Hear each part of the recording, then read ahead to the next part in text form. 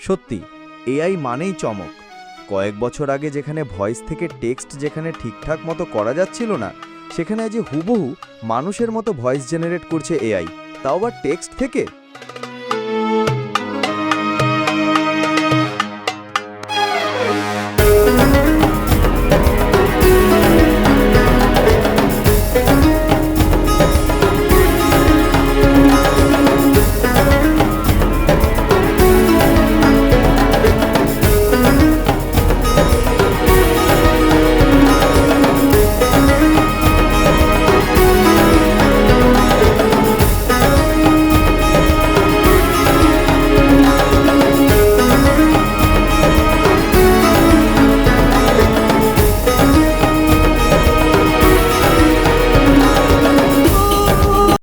সবাই কেমন আছেন?